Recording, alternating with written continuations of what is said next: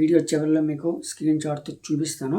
దానికంటే ముందు మీకు ఒకసారి ఎక్స్‌ప్లెయిన్ చేస్తాను. మనం డైలీ యూజ్ చేస్తున్న ఫోన్‌పేలో ఒకటి కంటే ఎక్కువ బ్యాంక్స్ మన లింక్ అయి ఉన్నప్పుడు ఎవరైనా మన మొబైల్ నెంబర్ ఎంటర్ చేసి పేమెంట్ చేసినప్పుడు మనకి ఆ అమౌంట్ అనేది ఏ బ్యాంక్‌లో పడాలి అనేది మనం సెట్ చేసుకున్నదే how to set default bank అనమాట. ఈ సెట్టింగ్స్ ఎలా ఎనేబుల్ చేయాలో చెప్పే ముందు 2 మెథడ్స్ అనేది క్లారిటీ ఇస్తాను. జాగ్రత్తగా వినండి. ఫస్ట్ వన్ ఏంటంటే మీ మొబైల్‌లో మీ ఫోన్‌పేలో 2 బ్యాంక్స్ లింక్ అయ్యి ఉందనుకుందాం. Union bank and SBI.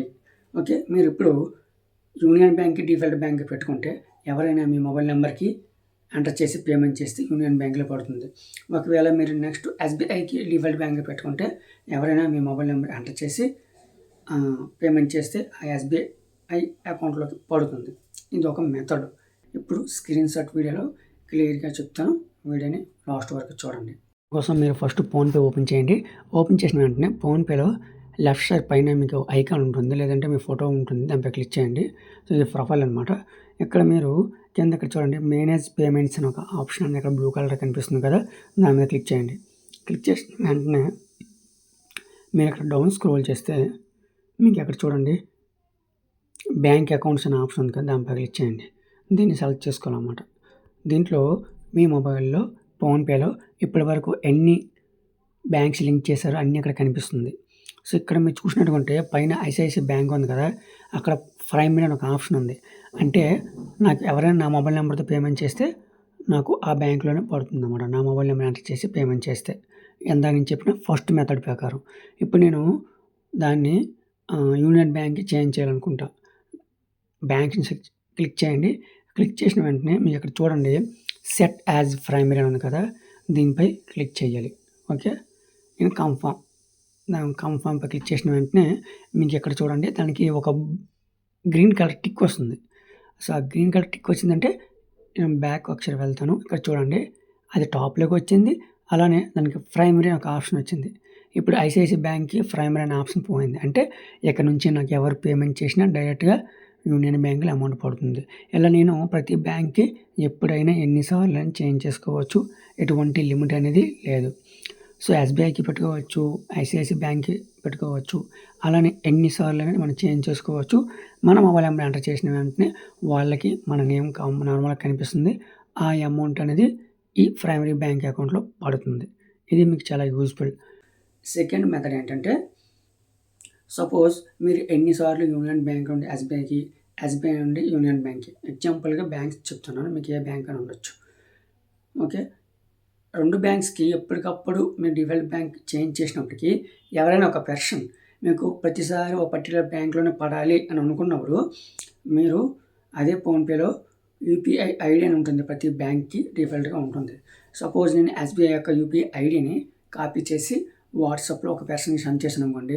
నేను ఇక్కడ ఎన్నిసార్లు యూనియన్ బ్యాంక్ నుండి ఎస్‌బీఐకి, ఎస్‌బీఐ బ్యాంక్ నుండి యూనియన్‌కి డిఫాల్ట్ బ్యాంక్‌ని చేంజ్ చేసినప్పటికీ నేను ఏదైతే ఎస్‌బీఐ ఐడీ ఇచ్చానో ఒక జీమెయిల్ లాగా ఉంటుందన్నమాట. జీమెయిల్ ఐడీ లాగా ఉంటుంది. ఐడీ వాళ్ళకి ఇచ్చానో వాళ్ళు ఆ ఐడీతో పేమెంట్ చేసినట్టుకుంటే ప్రతిసారి ఆ ఎస్‌బీఐలోనే పడుతుంది. ఇదొక మెథడ్. సెకండ్ మెథడ్ అని చెప్పాం కదా! అదేంటంటే ఎవరైనా నేను ఎన్నిసార్లు చేంజ్ చేస్తాను. ఈరోజు యూనియన్ బ్యాంక్ ప్రైమరీగా పెట్టుకున్నాను నా రిక్వైర్మెంట్‌కి. రేపు నేను ఐసిఐసిఐ పెట్టొచ్చు. తర్వాత ఎస్‌బీఐ పెట్టొచ్చు. కానీ నాకు ఒక పర్టిక్యులర్ పర్సన్ లేదంటే ఇంకెవరైనా అవని ఒక రెగ్యులర్‌గా మనకి ఎవరైనా పేమెంట్ చేస్తుంటే వాళ్ళ పేమెంట్ అనేది ఒక పర్టిక్యులర్ బ్యాంక్‌లో సపోజ్ నాకు ఈఎంఐ కట్ అవుతుంది. సో ఒక పర్టిక్యులర్ పర్సన్ మనకి నా అకౌంట్‌లో అమౌంట్ అనేది వేస్తున్నారు. సో అలాంటప్పుడు నేను నా మొబైల్ నెంబర్‌తో వాళ్ళు ఫోన్‌పే చేసినట్టుకుంటే ఏమవుతుందంటే ఒకసారి యూనియన్‌లో పడొచ్చు. ఒకవేళ ఐసిఐసిఐ బ్యాంక్‌లో పడొచ్చు. ఎందుకంటే నేను చేంజ్ చేస్తూ ఉంటాను ప్రైమరీ బ్యాంక్.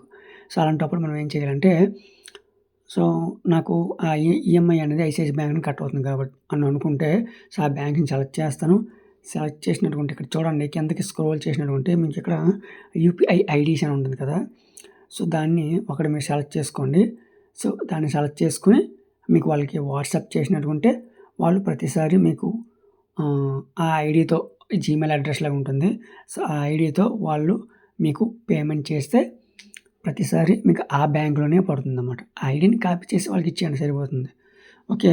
బ్యాక్‌కెళ్తే ఆ యూపీఐ ఐడీస్ మీరు చూడొచ్చు. ఇక్కడ చూడండి యూపీఐ సెట్టింగ్స్ ఉంది కదా! బ్యాక్‌కొచ్చాక ఇందులోకి వచ్చాక ఇక్కడ చూడండి ప్రతి బ్యాంక్‌కి కూడా ఉంటుంది. @YBL అని ఉంటుంది.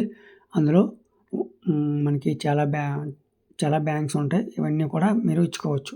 సో, దాన్ని మీరు సింపుల్‌గా కాపీ చేసుకొని వాళ్ళకి ఇవ్వచ్చనమాట. సో, ఈ విధంగా ఎవరైనా పేమెంట్ చేసినప్పుడు మనకి డిఫాల్ట్‌గా బ్యాంక్ సెట్ చేసుకోవచ్చు. లేదంటే ప్రతిసారి ఈఎంఐ కట్ అవుతుంది. పర్టిక్యులర్ బ్యాంక్‌లోనే అమౌంట్ పడాలంటే సో, ఆ పర్టిక్యులర్ యూపీఐ ఐడీ వాళ్ళకిచ్చినా వాళ్ళు మీకు పేమెంట్ చేస్తే ఆ బ్యాంక్‌లోనే పడుతుంది. సో, అప్పుడు సింపుల్‌గా అమౌంట్ అనేది కట్ అవుతుంది. మీరు సెల్ఫ్ పేమెంట్ చేయాల్సిన అవసరం లేదు. ఓకే. చూసారు కదా! ఫోన్‌పేకి సంబంధించిన చాలా యూజ్‌ఫుల్ ఇన్ఫర్మేషన్ అనేది మన ఛానల్‌లో అప్లోడ్ చేశాను. మీకు యూజ్‌ఫుల్ అనిపిస్తే వీడియోని లైక్ చేసి ఛానల్‌ని సబ్స్క్రైబ్ చేసుకోండి. అలానే మీ ఫ్రెండ్స్ అండ్ ఫ్యామిలీ మెంబర్స్‌కి ఈ వీడియో యూజ్‌ఫుల్ అనిపిస్తే వాళ్ళకి యూజ్ అవుతుందని అనిపిస్తే మీకు వెంటనే వాళ్ళకి వాట్సాప్‌లో షేర్ చేయండి. ఇలాంటి మోర్ యూజ్‌ఫుల్ ఇన్ఫర్మేషన్ కోసం వీడియోని లైక్ చేసి ఛానల్‌ని సబ్స్క్రైబ్ చేసుకోండి.